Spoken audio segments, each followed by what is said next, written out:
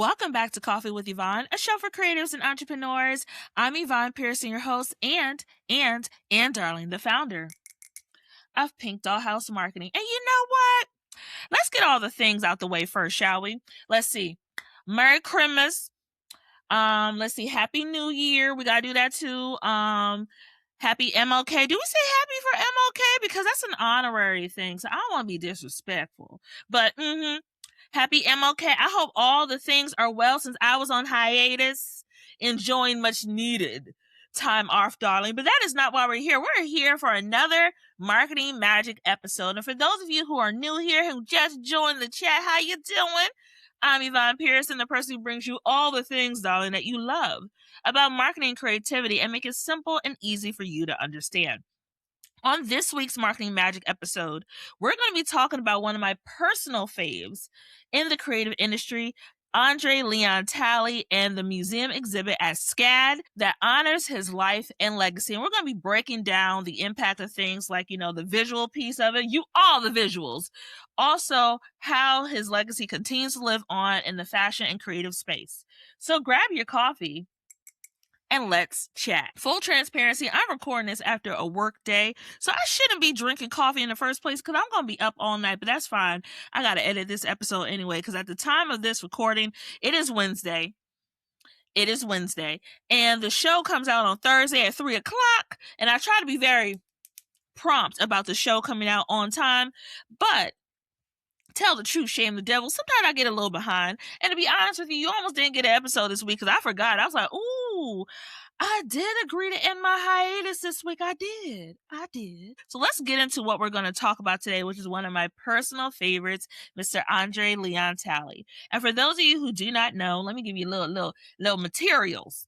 The materials from the actual exhibit. André Leon Talley, Style is Forever exhibit is at the SCAD Fashion and Film Museum, and this is associated with the school. The cool thing about this is André Leon Talley as a person was the first Black creative director at Vogue magazine during the 80s. And if anyone who has any knowledge about fashion history, Black people were not always included in the conversation when it comes to high fashion. A lot of times we weren't existing in the rooms where they were making the most decisions. We did not have input in key campaigns and things like that. So people like André Leon Talley really changed the game and shifted the narrative for those of us who were interested in going into the creative space, but unfortunately didn't see ourselves included in the conversation. And the exhibit itself, I'm going to read a quick blurb from SCAD, but the exhibit is a tribute to the enduring legacy of André Leon Talley, who was a distinguished editor, cultural icon, and beloved SCAD mentor and friend. The exhibition features nearly 70 looks from Talley's personal collection, including ready-to-wear, couture, and bespoke pieces, highlighting some of his most recognizable moments from legendary Met Gala to famed front rows, as well as more intimate occasions and celebrations. And if you see me looking down at my screen, it's because I bring notes to the conversation to make sure we're having an engaged and informed chat. Continue on with the blurb from SCAD. Presented across SCAD museums in Atlanta and Savannah, Style is Forever marks the 10th anniversary of the University SCAD Fashion Museum of Fashion and Film. Across his long partnership with SCAD, Talley curated acclaimed exhibitions and welcomed renowned designers to the university to share their insights, enriching the student experience while advancing cultural dialogue and exchange. So now that we got that bit of background information, so you can understand the context of the conversation.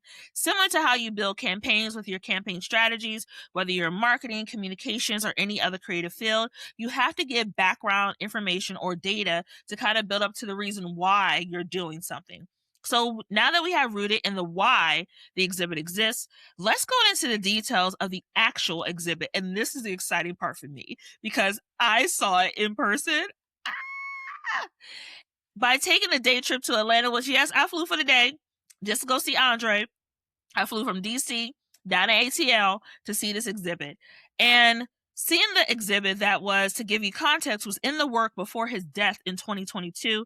And that tends to get overshadowed when we talk about things like the Met Gala theme in 2025, in which Anna Wintour, the former editor-in-chief of Vogue magazine, because she's since stepped down for her role to step up into a more global head role, and I'm making that money. That's a long story short.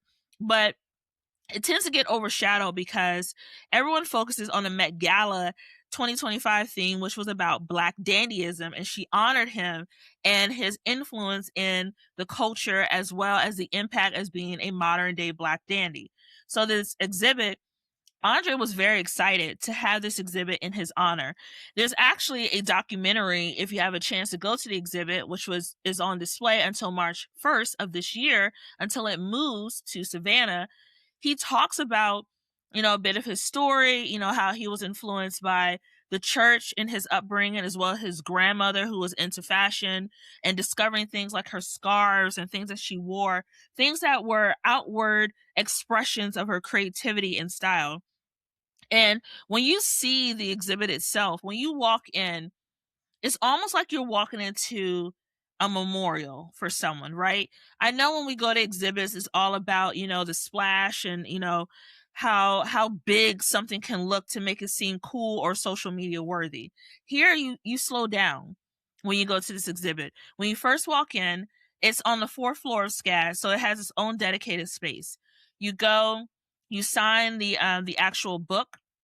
You can leave a message or something like that, which I did. And it reminds me of when you go to a memorial service for someone who has passed. You sign the book to show your respects, to show that you were there in attendance. Once you walk inside, you don't see anything at first when you walk in. You walk through these glass doors. And again, it's almost like you're being transported into a different space. You walk through the glass doors and immediately turn to your left. And you're almost immerse is the best way to put it, but you are almost immersed and surrounded by these literal life-size mannequins of André Leon Talley. And the work that the team has done to make this exhibit feel like an honor and a tribute, the detail is just, it's magnifique all the way down. The mannequins, which hover above you because they're standing on a platform, but the mannequins are the height that he was, which he was, I believe, a little over 6 feet. But it's his height and his likeness and body shape because, as we know, Andre was, a thickums. He was a plussy, which is nothing wrong with that. He was not ashamed of it. But it shows his larger-than-life form and what he would have looked like in the clothes he actually wore. And what's really great about this is it forces you to stop and stand in his presence because you just don't see one of these mannequins. You see multiple of them lined up on either side. And the cool thing is knowing that these garments are actually garments that came from his wardrobe that he wore, that he actually included in his last wishes to give to the museum for this exhibit. Speaking about his personal story, I was really connected to because I've been a fan of Andre's work for years, but how he always had a reverence to his Southern upbringing and being, a member of the church. A lot of times people don't realize that for Black folks, a lot of our experiences when it comes to things like fashion and culture start with the roots of our grandmothers. It starts with the roots of our grandfathers, and then taking it even further, the church. The Black church, Sunday's Best, and we've talked about this on a previous podcast episode, but Sunday's Best is something that we took seriously. Sometimes we do. It depends on what kind of church you go to, because there's modern churches that, getting dressed up isn't a thing, no judgment. But then there's still churches where you better put that ish on. You better step out for Jesus. Yes, you should. But knowing that for a lot of us, our introduction to fashion came in those spaces. It came from seeing our grandmothers who were seamstresses, who one of my fondest memories about my grandmother, and I've shared this on a previous podcast episode in which I did talk about the Met Gala and the 2025 theme of Black dandyism, is my grandmother and that sitting room that she had. Her sitting room, and let me tell a story. Let me take on a journey real quick. Her sitting room looked different each and every time we came to visit when we came to Pennsylvania, specifically to Harrisburg, where my family is from. But my grandmother being from the South, your home is a reflection of your crowning glory, right? Because for a lot of Black people, that is, where we pour a lot of, making it feel beautiful, making it feel curated, making it feel like something you can be proud of. Because they try to take a lot from us, but they can't take our homes and how we feel when we're in our own safe space. So my grandmother, the sitting room, which you did not sit in that sitting room. You can see the lines in the carpet every time you came to her house. The lines in the carpet, because you did not walk in that sitting room unless you were allowed, because that's where she kept her piano. from when she practiced for Sunday service. But my grandmother, similar to Andre, was very much into fashion. She knew how to sew. She could upholster anything. She actually created she reupholstered the seats, I believe, at her home church, which, we still go to this day when we have family services for homegoings. And she actually redid the curtains in the church. We jokingly call it Pearly Mae's Church because of her contribution. Getting back to Andre, his influence with his grandmother, seeing her get dressed and get, put on her Sunday's best, seeing her put on her fashions, it allowed for him to see the beauty of what could be when you put on a garment, you know? And that, I think, is so important to a lot of us within the culture. A lot of times in the earlier days, the only way we really felt our dignity or respect that we really did deserve is when we put on our Sunday's best, is when we had a chance to get out of those uniforms and put on something that did not identify us of being a point of service for someone else. It allowed for us to have an expression that was not restrained by someone else's idea of what we were allowed to be, an expression of that creativity. So for Andre, taking that inspiration and him growing up, he bought things like Vogue magazines where he was inspired by the stories. And being an educated Black man, especially, was a unique time in the time period because he, again, being from the South, education was something that, if you had the ability to do it, great. But if you didn't, it was more common that you helped on a family farm, or you helped with the family business, or you just, did more of a blue collar service based job, which, again, nothing is wrong with that because a lot of us come from those humble roots, including myself, coming from a working class family. Andre getting his education, he's a graduate of North Carolina Central University, and he got a degree in French literature. He went on to get his master's degree at Brown, so he is an Ivy League grad as well.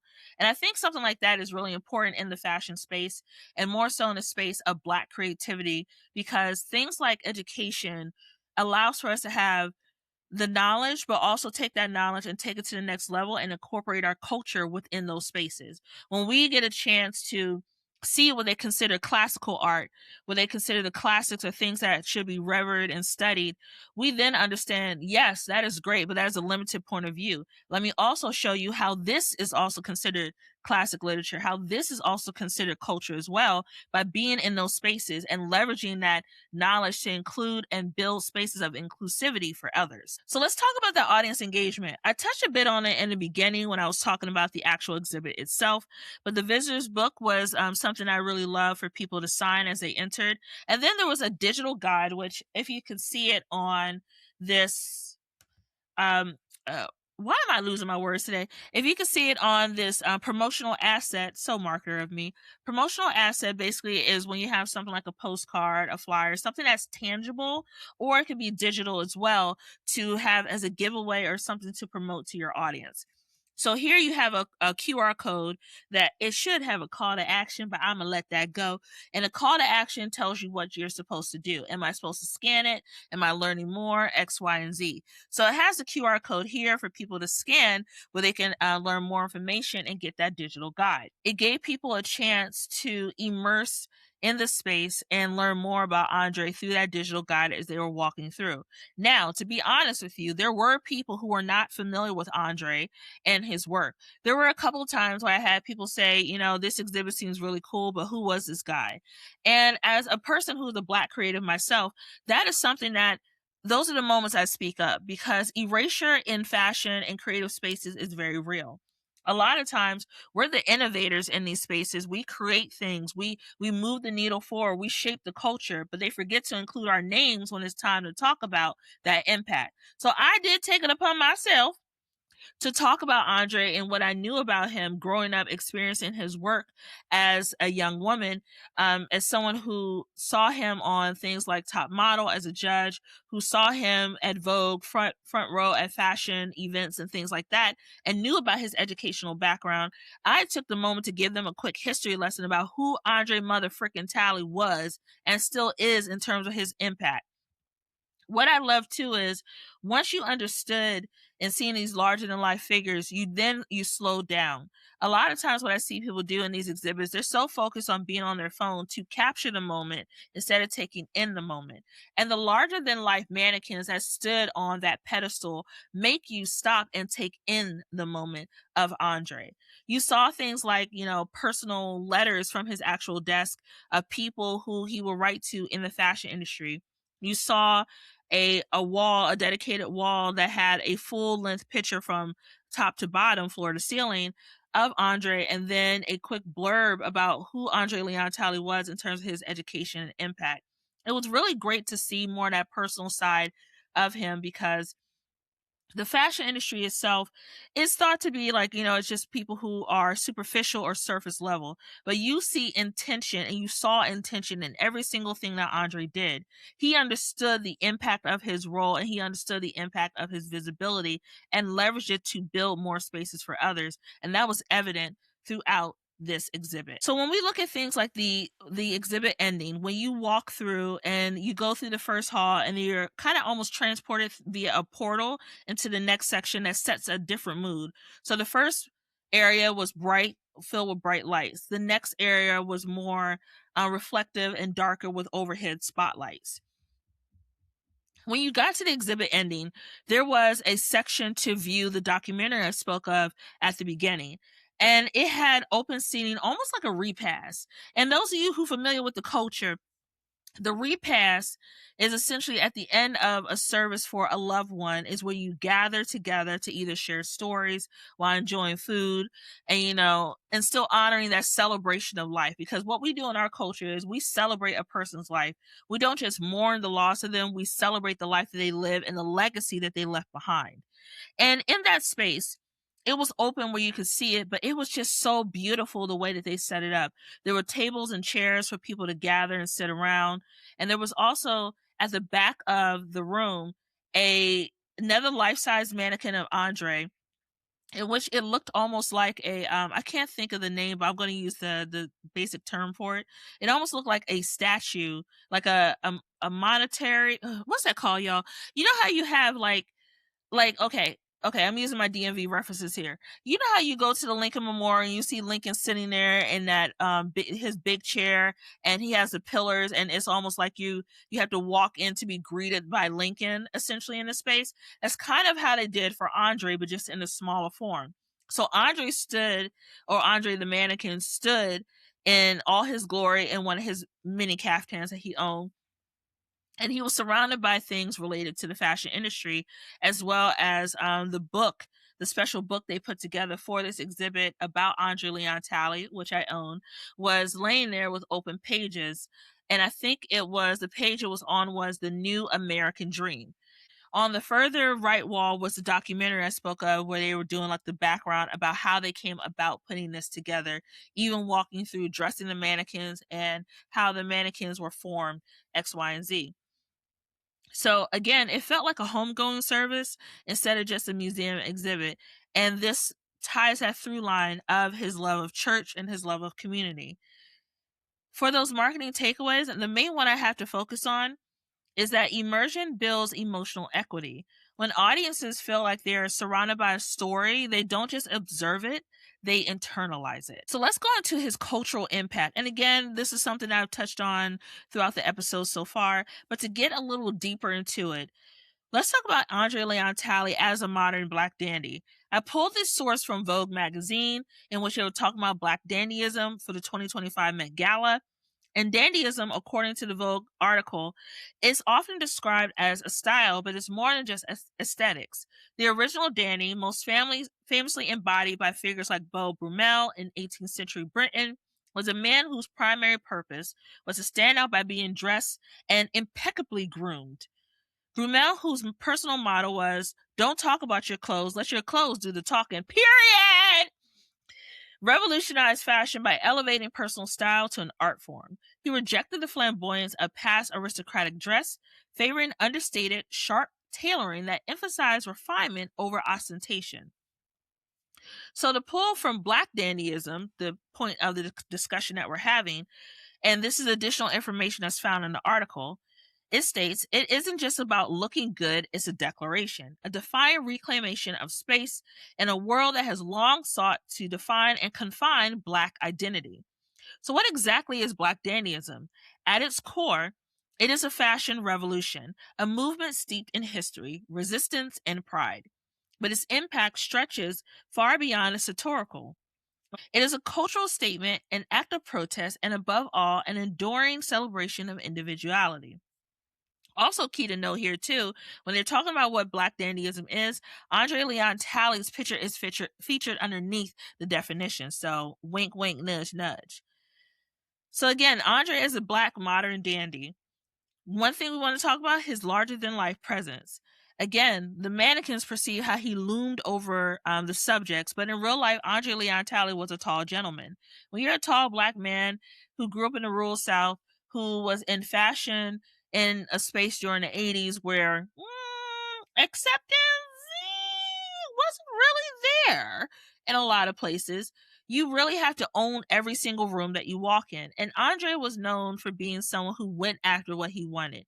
He was bold. He went up and talked to people like what's his name, Andy Warhol. He would go after positions that he wanted. He was honest about the fact that he was ambitious, and there was nothing wrong with that. He also let it known that he loved fashion. He wasn't hiding who he was to make other people feel comfortable. And I think too, even in this modern era where people try to conform to an idea of who they should be, it's hard to stand out and be unique and stand in your truth and be honest about the fact that you weren't made to fit in with other people. And it's okay. Andre was an early trendsetter for that.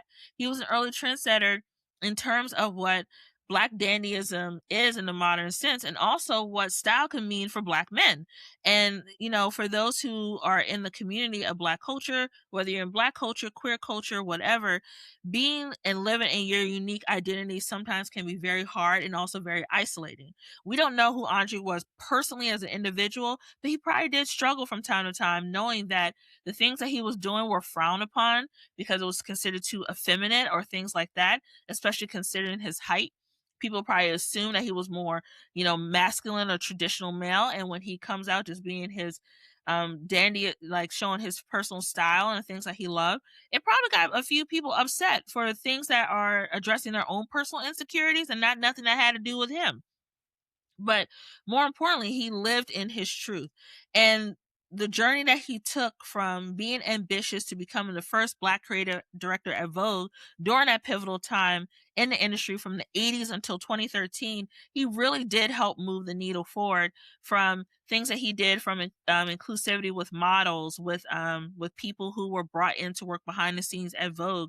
He also used his platform to mentor others. Mentorship is something that for a lot of us who are in positions of leadership, we do take very seriously. We understand that if I'm in this room, I can't be the only person who made it. I need to be able to use and leverage my influence to open the door to others or share that knowledge with someone else so they can get even further than me. A good mentor and a good leader is not just thinking about their own personal success.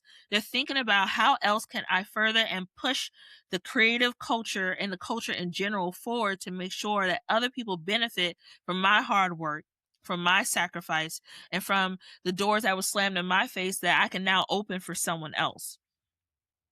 He also did numerous collaborations. The collaborations to note, one of my favorites was Dapper Dan. He also worked with Tom Ford, will.i.am, and was the face of UGG for a campaign. And as I mentioned, was a featured judge on America's Next Top Model. And I think, in terms of my memory of Andre, that was my favorite things, was him being a judge on America's Next Top Model, because you really got to hear Andre in his element, where he was talking about, things like personal style, branding, things like that, what makes a model, things that help to kind of demystify what the industry was really like. The show was around for numerous seasons or cycles before that, but him being in the space working for Vogue and those higher end publications, he was actually in it the day to day and knew what these publications were looking for in terms of models and subjects for their magazine. He also wrote for numerous publications as well. So he just didn't serve as a creative director or a collaborator for different campaigns. He wrote an exclusive interview with our forever First Lady, Michelle Obama, in 2009 for Vanity Fair, and authored 2 books, ALT and In the Chiffon Trenches. So let's get into that marketing takeaway. Marketing takeaway that I would like to share with the group, I'm saying this like y'all sitting there right in front of me, like, but things like cultural authority comes from authenticity, not timing. When brands, personal brands as included as well, are rooted in truth, they don't just chase relevance. Relevance eventually catches them. So let's get into our last segment of our conversation before we close out the episode.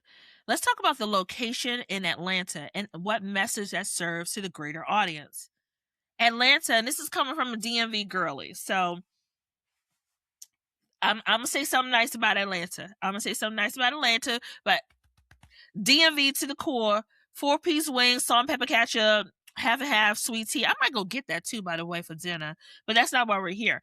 But Atlanta is the first stop for this exhibit. So as I mentioned, it's in Atlanta, Savannah, and I believe it'll be in France later this year. Atlanta is one of the few Black cities outside of DMV where Black creativity, influence, and culture are produced and not just consumed. This also is a nod to his Southern upbringing and shaped his sense of, style and his reverence within the culture. So it really showed by having it in the South instead of just putting it in like a New York City. It really showed the respect for Andre and his background and what he loved the most, who he was in his community. Atlanta acts as a bridge between his Southern Black cultural traditions as well as global luxury and fashion in the industry, because Atlanta can be considered a fashion hub. Every city has their own personal sense of style, and Atlanta is known for being, Atlanta. They know how to put that ish on, whether it's multiple labels put on together at the same time, but they love their fashions in Atlanta. Also, placing an exhibit in SCAD Fashion Museum of Fashion and Film reinforces his deep connection with the school because he was dedicated to that school up until his passing. He was always there. He was always sharing resources, going back, doing speaking engagements, and like I mentioned before, mentoring. He was also the recipient of SCAD's André Leon Talley Award, which was formerly the Lifetime Achievement Award in Fashion, that honors influential figures in fashion, culture, and design. So they renamed the award to honor him. That is not a small feat. That really shows that he was someone who they held to high regard for the work that he did in the industry. Andre could have given his things to any museum. He could have gave it to the Met. He even could have given it to the African American Museum here in DC. He could have done that. There were so many places where he could have left his things and they could have did something special. But by choosing to do that, he not only supported SCAD up until his passing, but even after his passing, and is helping to drive traffic to the actual location. Because before, SCAD wasn't on my radar, and I'm a museum girly. But when I heard it was in Atlanta, I knew I had to see this in person. I knew I had to make the trip to go see and honor Andre for the work that he has done.